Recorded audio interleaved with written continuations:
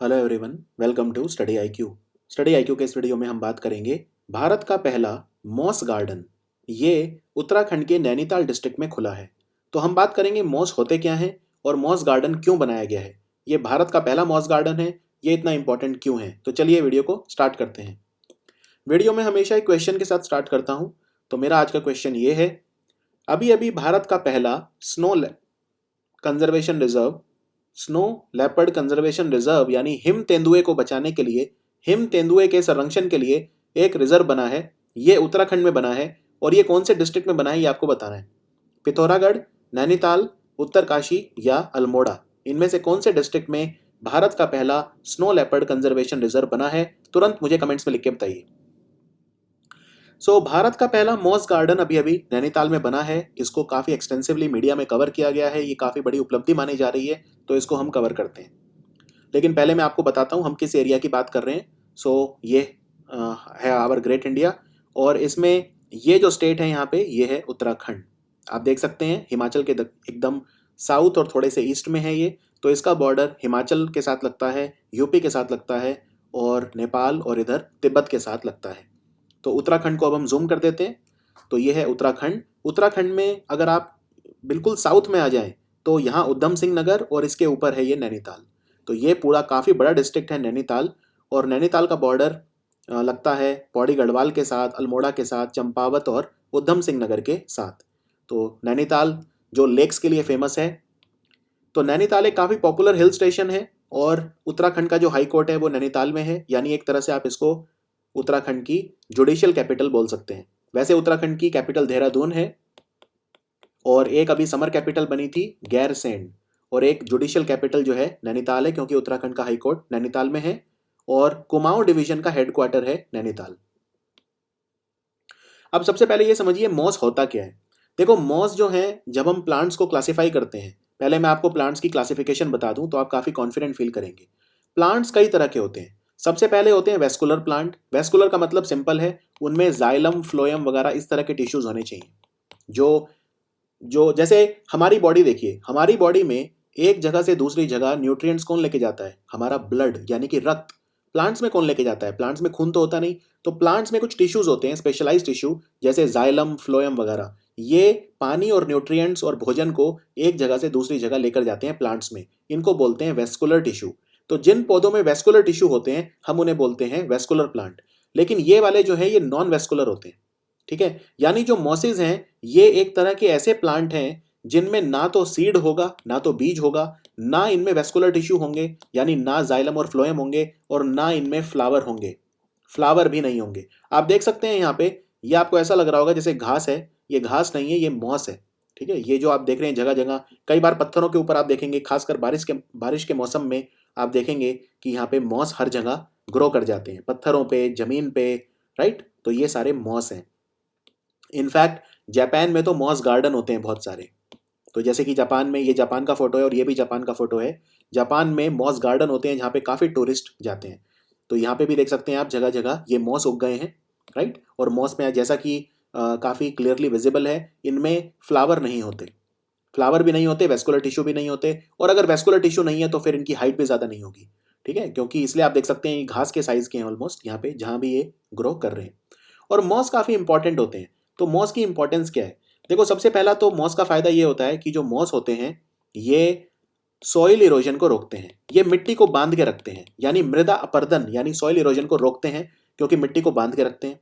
दूसरा फायदा ये है, ये पानी को भी कई बार स्टोर करते हैं, यानी पानी जो है उनको उसको भी होल्ड करते हैं, जिससे जो बड़े प्लांट्स होते हैं फिर उनको सप्लाई करते हैं। राइट, ऐसा नहीं है कि कहीं पे अगर मॉस उग रहे हैं तो सिर्फ मॉस ही उग रहे हैं, जैसा कि आप इस डायग्राम में देख सकते हैं यहाँ पे, यानी ये बड़े बड़े यहाँ पे प्रॉपर ट्रीज हैं और उनके यहाँ ये मॉस भी हैं। तो मॉस जो हैं वो सबस्ट्रेट्स को भी तोड़ते हैं, जो सबस्ट्रेट होते हैं, भोजन होता है, उसको तोड़ते हैं और काफ़ी सिंपल कॉन्स्टिट्यूएंट्स में ब्रेक कर देते हैं, जिससे बड़े पौधे फिर उन्हें टेकअप कर सके। तो बड़े पौधों की भी ये मदद करते हैं।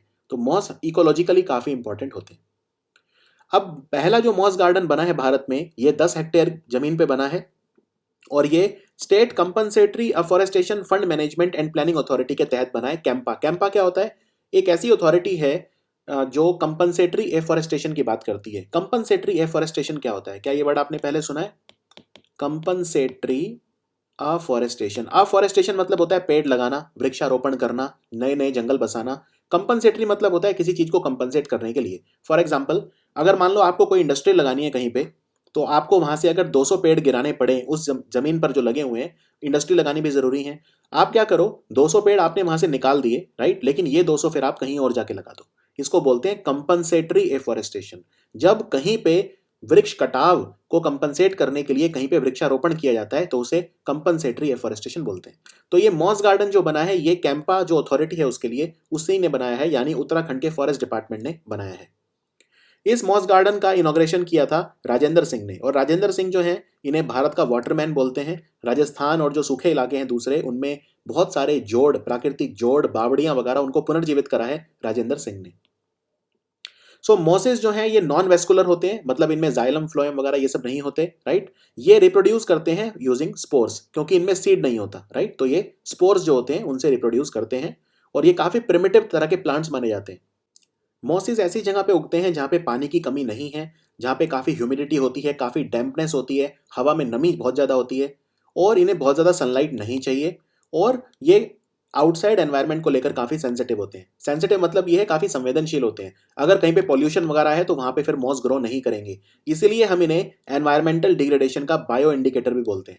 यानी अगर कहीं पे मॉस बहुत अच्छे से ग्रो कर रहे हैं, मतलब पॉल्यूशन वहाँ पे कम होगा, और अगर कहीं पे पॉल्यूशन वगैरह बहुत ज़्यादा है, यानी पर्यावरण का विघटन हो रहा है, यानी एनवायरमेंटल डिग्रेडेशन हो रहा है, तो फिर वहाँ पे मॉस जो है वो ग्रो नहीं करेंगे, तो हमें पता चल जाएगा यहाँ पे पॉल्यूशन है। तो एक तरह से बायो इंडिकेटर का काम भी ये करते हैं।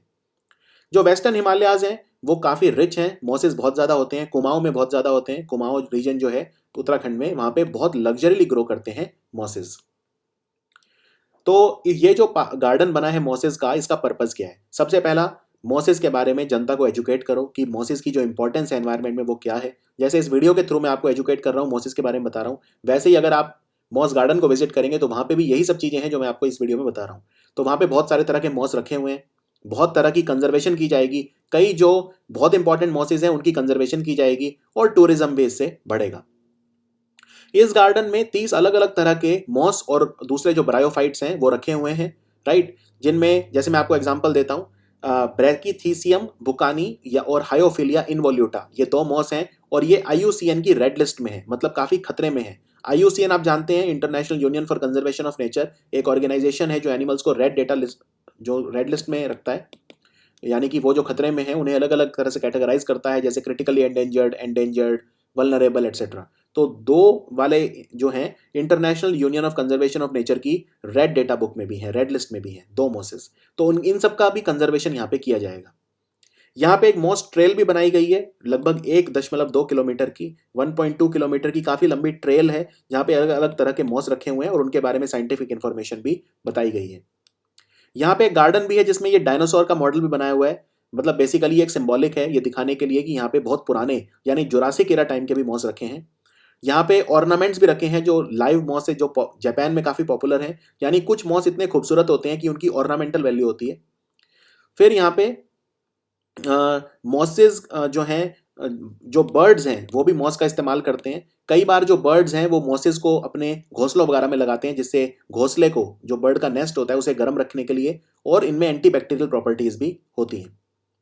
यहाँ पे एक एग्जाम्पल दिया गया है, एक मॉस होता है स्फेगनम। तो स्फेगनम मॉस जो है, इसे वर्ल्ड वॉर जब चल रहा था, वर्ल्ड वॉर 1, तो सोल्जर अपने घाव के ऊपर लगाते थे, क्योंकि ये जो मॉस होता है ये एक ड्रेसिंग का काम करता है। ये जो लिक्विड निकलते हैं किसी चोट से उनको एब्जॉर्ब कर लेता है, और एंटीबैक्टीरियल, एंटीसेप्टिक प्रॉपर्टी भी इसमें होती है।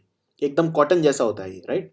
तो इस तरह से इनकी, इस तरह की वैल्यू भी, इनके मिसलेनियस यूजेस भी होते हैं। ये जो मॉस है ये चोट का जो एनवायरनमेंट है उसे स्टेराइल बनाता है, वहाँ पे बैक्टीरिया वगैरह को मार देता है, और पीएच वैल्यू भी काफ़ी बैलेंस रखता है, जिससे बैक्टीरिया ग्रो ना करें। सो ये है भारत का पहला मॉस गार्डन। आई होप अब आपको काफ़ी एक क्लैरिटी होगी कि मॉस क्या होते हैं और इस गार्डन को बनने से क्या फ़ायदा होगा। आप भी अगर नैनीताल जाएं तो आप इसको जरूर विजिट करें। नैनीताल में एक जगह है खुरपाताल, खुरपाताल 1, वहाँ पे ये मॉस गार्डन बना है, भारत का पहला। इससे पहले उत्तराखंड में एक लाइकन पार्क भी बना था। तो लाइकन पार्क जो बना था वो मुंशियारी में बना था, मुंशियारी पिथौरागढ़ डिस्ट्रिक्ट में है, वहाँ पे बना था। और मैंने आपसे इस वीडियो में क्वेश्चन पूछा था जिसका आंसर मैं आपको देना चाहता हूँ। भारत का पहला snow leopard conservation reserve Uttarkashi district में बना है उत्तराखंड में। तो इसका आंसर है Uttarkashi. I hope you like the video. मिलते हैं स्टडी IQ के बाकी वीडियोस में। Thank you for watching study IQ।